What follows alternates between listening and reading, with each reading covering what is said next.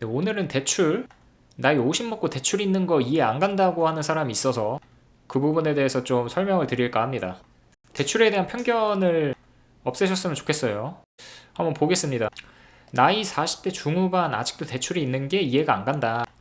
회사 아저씨들 보면 50 가까이 있는데 대출이 남았다 그러는데 무슨 대출을 20년씩이나 갚아?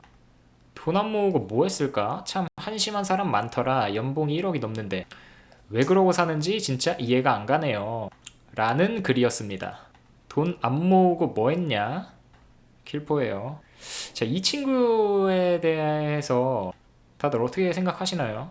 이 사람이랑 똑같이 생각하고 있다고 하면 정말 앞으로 남은 인생 큰일 나는 거고요. 한번 볼게요. 일단 이 친구는 자본주의 시스템을 전혀 이해 못하고 있습니다. 예전에야 이제 빚 있으면은 큰일 나는 걸로 알았거든요. 그러니까 뭐 대출 3천만 원 있다고 하면 뭐 인생이 망하는 것처럼 그렇게 생각하곤 했습니다. 그러니까 우리 부모님 세대 때죠. 그때는 진짜 빚 있으면 인생 망하는 줄 아셨어요. 근데 요즘에도 그럴까요? 제가 생각했을 때는 지금과 같은 자본주의 시대에는 이 시스템을 이용하는 게 우선이라고 생각하고요. 빚은 부자로 가는 지름길이라고 생각합니다. 부자로 가기 위해서는 무조건 빚을 지어야 된다고 생각하는 사람이에요. 그러니까 무조건이라고 표현하겠습니다. 그럼에도 불구하고 아직도 대출을 무서워하는 사람들이 많고요. 이런 사람이 되지 않도록 제가 설명 한번 드리도록 하겠습니다. 이런 얘기 하시는 분들 많죠. 주식이 부동산보다 수익률이 더 좋다. 그렇기 때문에 주식 만능론자, 특히 이제 전업 투자 하시는 분들, 주식만 하시는 분들, 부동산에 대해서 전혀 모르고 계시는 분들, 이런 얘기들을 하시고 부동산 수익에 대한 가치에 대해서 얕잡아 보시는 분들이 많은데 이분들은 하나만 알고 둘은 모르고 계신 거예요. 자, 예를 들어서 우리가 5천만 원 있다고 해볼게요. 그러면은 투자를 할 수 있는 방법이 크게 두 가지겠죠. 주식이나 부동산에 하는 거. 자, 주식을 해서 30%의 수익이 났습니다. 부동산은 5%. 그러니까 평균적으로 봤을 때 뭐 주식 종목 잘 고르면은 이 정도 나니까 부동산도 뭐 한 평균적으로 봤을 때 연평균 5%라고 잡아서 이렇게 비교를 해봤을 때 주식이 수익률이 더 높죠. 그러니까 주식이 더 나은 걸까요? 왜냐면 주식은 30% 5천만 원에 30% 해서 1,500이고 부동산은 250만 원이니까 당연히 주식해야 되는 거 아니야? 라고 생각하는 분들이 많은데 그 얘는 진짜 250만 원이 맞을까요? 이렇게 계산하는 게 맞을까요? 이거는 맞는데 이게 진짜 맞을까요? 이렇게 생각한다는 거는 이 자본주의 시스템을 이해 못하고 있는 거고요. 그러니까 이 시스템을 이용도 못하겠죠. 자, 다시 돌아가서 부동산에서 5천만 원으로 부동산을 사진 않죠. 그건 굉장히 어리석은 짓이고 3.5억을 대출을 받아가지고 뭐 이 정도 대출은 흔히 나옵니다. 연봉이 진짜 막 2천, 3천만 원 이러신 분들 아니고서는 그래서 총 4억 원의 부동산을 샀습니다. 그럼 5%의 수익률이 나게 되면 2천만 원이 되겠죠. 수익률은 더 낮은데 수익금에서 더 높아지게 됩니다. 무려 25%나 차이가 남에도 불구하고 이 레버리지를 그러니까 빚을 졌다라는 이유 하나만으로 더 큰 수익금을 낼 수 있다라는 거예요. 이게 시스템을 이용하고 이해하고 있다라는 거고요. 5천만 원 가지고 뭐 빌라를 산다? 오피스텔을 산다? 아니면 1, 2천만 원 더 대출 받아가지고 그렇게 해서 부동산을 취득한다? 그거는 진짜 시스템을 이해 못하고 있는 투자 방법이기 때문에 그렇게 생각하니까 주식이 부동산보다 수익률이 더 높아서 주식을 더 매력적으로 생각하게 되는 거거든요. 근데 그렇게 생각하시면 안 됩니다. 이게 바로 빚이 가진 힘이고 빚을 반드시 져야 한다는 의미입니다. 다시 한번 돌아가 볼게요.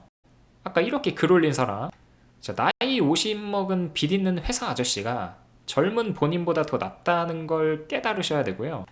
빚 없는 게 자랑이 아니라는 거예요. 자, 그리고 또 하나. 무슨 대출을 20년씩 갚아라고 했는데 누가 빚을 내가 갚습니까? 그렇게 생각하는 것 자체가 역시 자본주의를 이해 못하고 있는 거고 대출은요 내가 20년 동안 갚는 게 아니고 남이 갚아주는 거예요. 남이 내가 매달 이자 뭐 몇 프로씩 5%씩 낸다고 해서 그거를 내가 갚는다라고 생각하는 사람들이 많은데 그게 아니고요. 남이 갚아주는 겁니다. 그게 뭐냐면 집값이 올라가게 되죠. 결국 올라가게 돼요. 그렇다라는 건 그 높아진 집값을 누군가가 산다는 거잖아요. 그 높아진 집값에.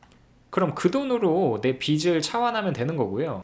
20년간 꼬박꼬박 내가 은행에다가 빚에 대한 이자를 줘가면서 갚는다라는 게 아니에요. 이런 식으로 남이 올라진 집값을 지불하면서 내 빚을 줄여주는 거고요. 그리고 또 누가 한 집에 20년 동안 삽니까? 계속해서 이렇게 갈아타기를 하죠. 우리나라 평균 거주 연수가 한 7, 8년도 정도 된다고 해요. 그러니까 7에서 8년 정도 살다가 갈아타기 한다라고 하거든요. 그러니까 주담대 30년 받아도 7, 8년 정도만 갚다가 올라진 집값으로 남들한테 팔아가지고 그 빚을 차환하게 되는 거고요. 절대 빚을 내 돈으로 갚는다고 생각하시면 안 됩니다. 자, 한번 예를 들어볼게요. 그 4억짜리 집이라고 했죠.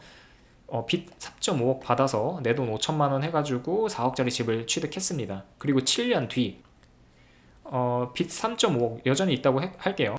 더 예를 쉽게 하기 위해서. 그리고 내 돈 5천만 원 들어갔었죠. 집값은 2억이 상승해서 총 6억짜리 집이 됐습니다.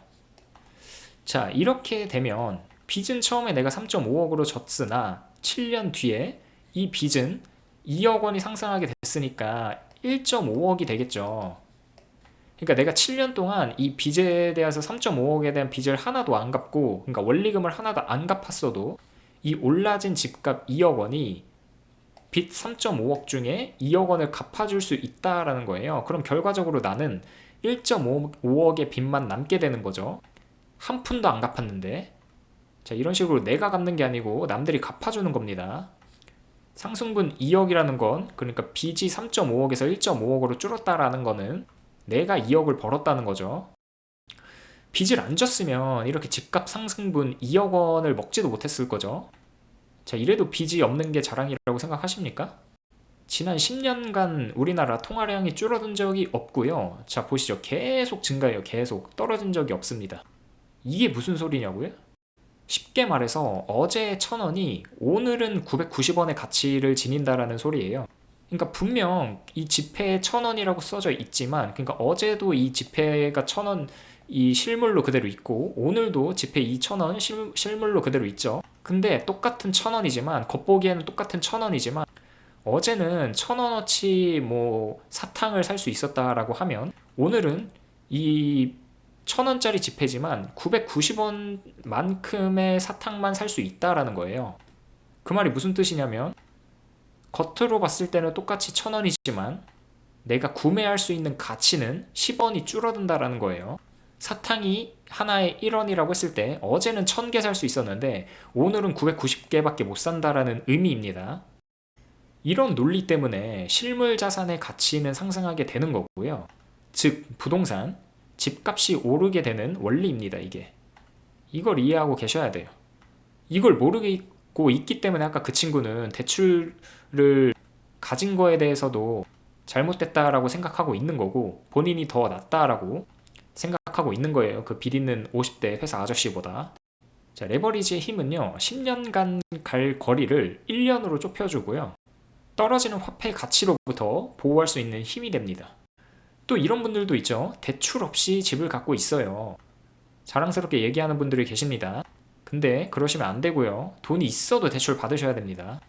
대출 받는 사람들이 거지라서 돈을 대출 받는 게 아니에요. 이 자본주의 시스템을 잘 이해하고 있기 때문에 그 시스템을 이용하기 위해서 대출을 받는 거예요. 거지라서가 아닙니다. 이런 사람들은 시스템을 이해 못하고 있는 거예요, 지금. 그래서 이 자본주의 시스템을 이용하자라는 거고요. 대출 없이 집 갖고 있는 것도 부끄러운 일입니다. 자본주의 시스템을 잘 이해하고 있지 못하다라는 것을 공개적으로 자랑하고 있는 셈이에요. 제가 볼 때는 이 사람이 제일 한심합니다. 마지막에 이렇게 얘기했더라고요. 참 한심한 사람 많더라. 왜 그러고 사는지 이해가 안 간다. 이 회사 아저씨, 40대 중후반이지만 대출이 있는 회사 아저씨보다 본인이 더 한심하고요. 꼭 깨닫는 날이 있었으면 좋겠습니다. 부자로 가는 길이고요. 자, 서민층 70%는 그 자본주의 시스템을 이해하지 못하고 대출 짓는 거를 악으로 생각하기 때문에 대출을 받으려 하지 않습니다. 오직 근로소득에만 의존하고 있고요. 그렇기 때문에 서민층이 계속 머물러 있는 거라고 생각합니다. 부유층에 갈수록 자본소득에 의존하게 되고요. 평생 근로소득에 의존해 보십시오. 절대 계층 이동 못합니다. 자, 평생 땀 흘려 돈 버세요. 절대 계층 이동 못 합니다. 아까 그 친구, 대출 지는 거에 대해서 이해를 못 하고 있는 그 친구, 평생 땀 흘려 돈 버셨으면 좋겠고요. 오늘의 결론은, 자, 이런 얘기 하시는 분들 많죠. 땀 흘려 번 돈이 제일 값지다. 네, 실컷 땀 흘려서 돈 버십시오. 평생. 절대 대출 지지 마시고요. 근로소득으로만, 그러니까 노동소득에만 의존해서 열심히 땀 흘려서 돈을 버셨으면 좋겠습니다. 네, 그러면은 다음 방송으로 또 찾아뵙도록 하겠습니다. 감사합니다.